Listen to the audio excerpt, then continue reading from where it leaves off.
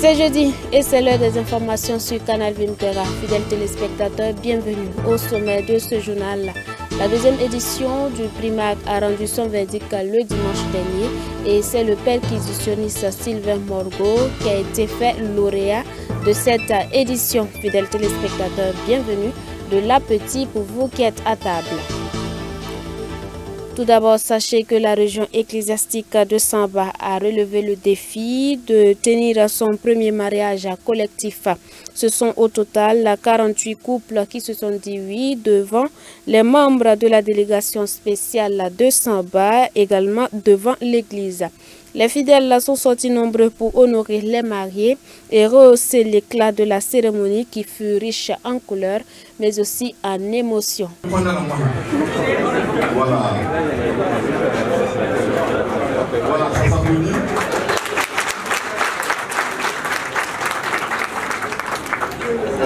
Le couple Nyolé Salif. Couple.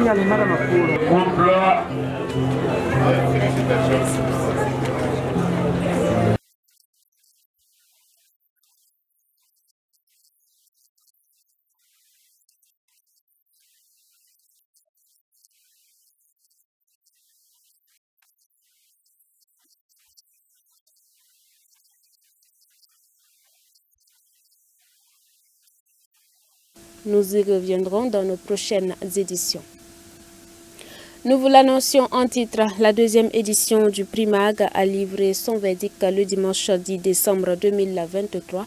À Ouagadougou, plusieurs structures et personnes œuvrant dans le domaine du gospel ont reçu des trophées et des attestations. 2 prix d'honneur, 9 prix dans différentes catégories ont été décernés, sans oublier le Primac d'or remporté par Sylvain Morgo.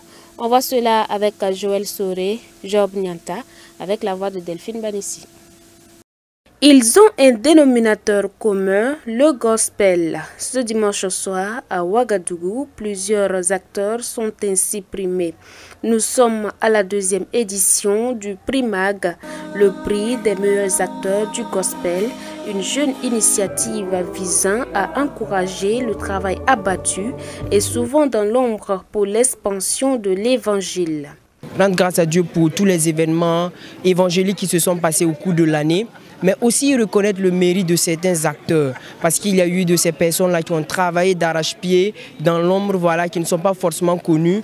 Et c'est une occasion pour nous de reconnaître le mérite de ces personnes-là, de féliciter ces personnes. Le Primac d'or cette année revient au percussionniste Sylvain Morgo.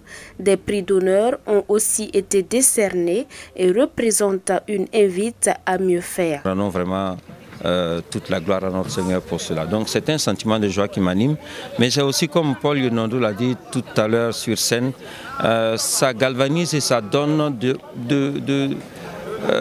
du courage pour mieux faire, pour continuer à travailler, à servir le Seigneur de mieux en mieux. Donc je pense que c'est une invite à continuer, à persévérer dans l'œuvre et à faire encore mieux. La tenue de cet événement dans le milieu évangélique au Burkina Faso est à saluer selon les responsables ecclésiastiques présents à la cérémonie de distinction. L'initiative en elle-même est vraiment formidable, vous voyez. Pouvoir reconnaître et distinguer les acteurs du gospel, ceux qui se sont battus durant l'année et tout ça, c'est vraiment quelque chose d'extraordinaire. Et en plus, vous avez vu que ça s'étend dans beaucoup de domaines. Dans le domaine des médias, dans le domaine de la communication, aussi bien que dans le domaine de la production et tout ça, c'est vraiment formidable. Bon, moi je crois que le monde chrétien gagnerait à soutenir ces initiatives-là. Comme nous avons l'habitude de le dire dans notre église, la bénédiction du départ n'est pas une garantie pour l'arrivée. C'est-à-dire, ce n'est pas parce qu'on est dans la volonté de Dieu, c'est parce qu'on est dans, en tout cas, on est approuvé, on est appuyé qu'il faut dormir sur ses lauriers, il faut travailler. Il n'y a que le travail qui paie.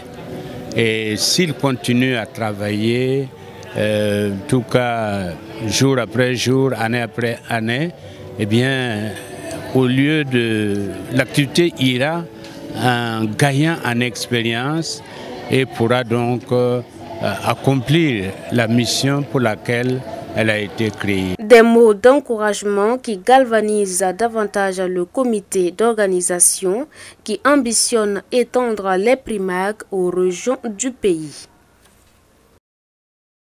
Il est désormais possible pour les personnes vivant avec un handicap visuel de lire la Bible. L'Alliance biblique du Burkina Faso a procédé à la dédicace de la Bible Braille Moré au grand bonheur de ses bénéficiaires. On voit cela avec les images de Daniel Ouedraogo.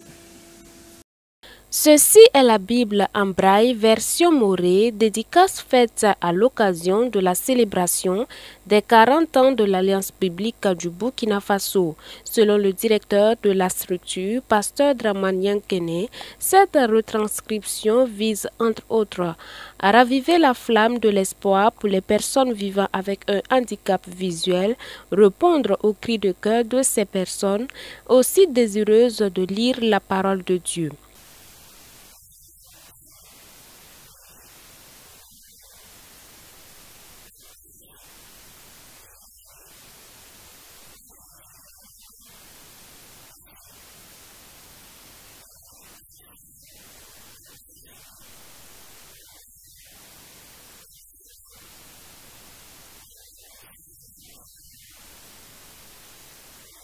Que dire des bénéficiaires qui saluent ce travail abattu en leur faveur, chose qui leur permettra de vivre une vie chrétienne épanouie, à en croire à leur représentante.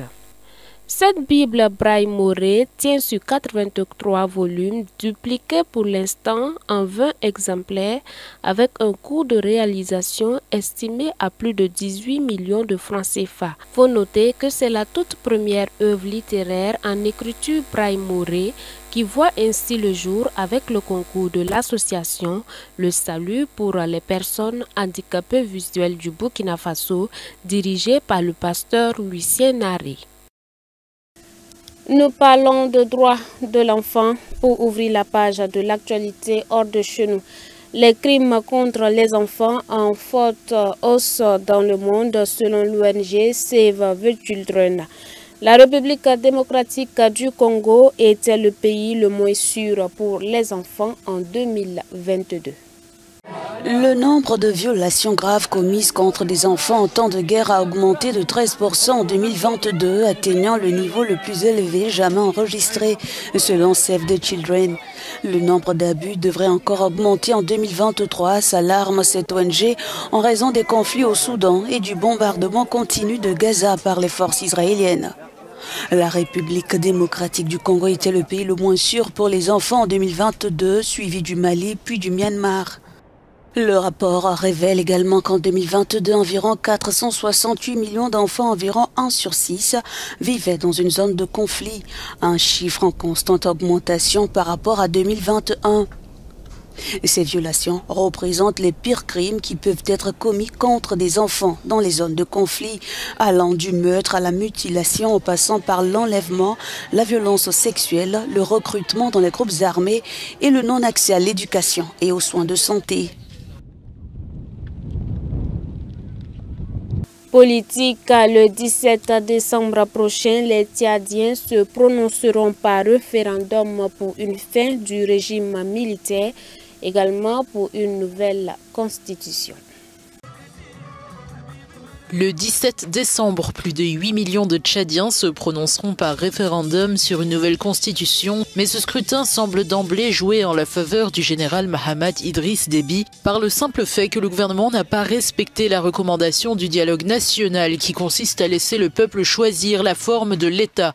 Même si une frange de l'opposition prône le fédéralisme, un seul projet de loi est proposé, celui de l'État unitaire soutenu par le pouvoir. Le oui semble assuré de l'emporter, le pouvoir mène une campagne à gros moyens qui écrase celle du non et qui repose sur le ralliement des partisans de Succès Masra, un opposant qui avait signé fin octobre un accord de principe avec les militaires. Cette alliance a toutes les chances face à une opposition divisée et cible d'une violente répression depuis plus d'1 an. Les deux principales plateformes de partis hostiles à la junte appellent au boycott et collent où elles le peuvent des affiches Alto Référendum barrées d'une grande croix rouge. Elles espèrent qu'une faible participation délégitimera un général qu'elles accusent de perpétuer une dynastie Déby de 33 ans. Et puis les dirigeants de l'Union européenne se réunissent aujourd'hui à Bruxelles pour un sommet de 2 jours au cours duquel l'Union veut envoyer un signal fort à l'Ukraine. Un sommet long et difficile en perspective. Les chefs d'État et de gouvernement de l'Union européenne se sont retrouvés jeudi à Bruxelles avec, entre autres, l'Ukraine à l'ordre du jour. Les 27 veulent se fixer 2 objectifs: ouvrir les négociations d'adhésion avec Kiev et garantir un soutien financier à long terme. Mais un pays membre menace de faire dérailler les discussions avec son veto, la Hongrie. Enlargement is not a theoretical issue. Enlargement is a merit-based, legally detailed process, which has preconditions. We have set up 7 preconditions, and even by the evaluation of the Commission, 3 out of the 7 is not fulfilled. So there is no reason to negotiate membership of Ukraine now, even not to negotiate. Les 26 États membres vont donc tenter de convaincre la Hongrie, mais le Premier ministre hongrois reste intransigeant. Toutefois, d'autres options sont sur la table pour éviter d'envoyer un signal dangereux à l'Ukraine. Les dirigeants devraient aussi approuver un plan de financement de 50 milliards d'euros pour Kiev, mais ils pourraient valider cette enveloppe à 26 et isoler la Hongrie. Right now, let's focus on the plan A because we are still, before the negotiations right now. If we don't reach an agreement, then we can think about what other options are there. Le soutien des 27 est vital pour l'Ukraine, car aux États-Unis, l'autre allié majeur de Kiev, le Congrès bloque toujours les fonds destinés aux pays en guerre.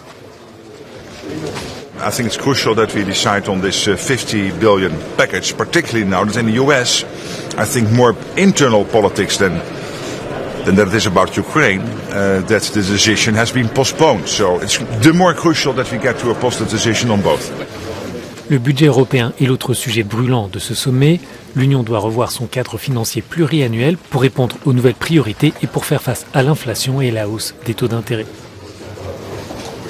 La Commission demande 100 milliards d'euros supplémentaires, mais les capitales sont divisées sur les ressources pour financer cette rallonge et sur les priorités politiques.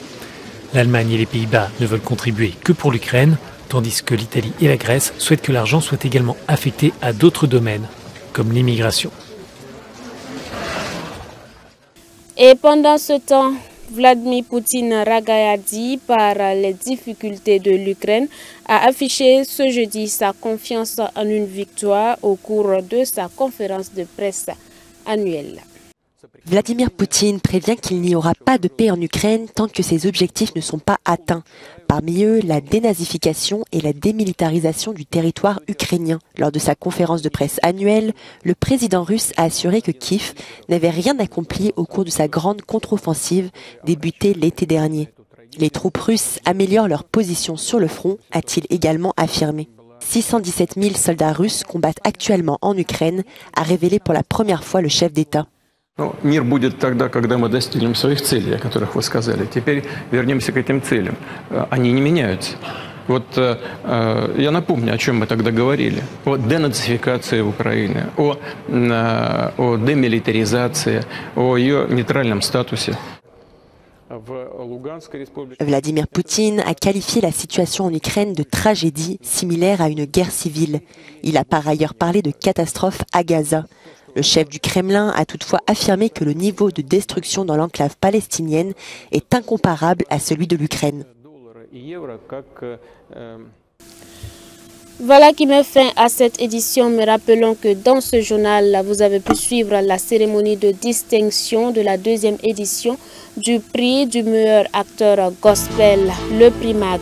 Et pour cette année, c'est le perquisitionniste Sylvain Morgot qui repart avec le prix MAG d'or. Fin de cette édition, vous nous avez reçus depuis Boussouma. Bonsoir à vous.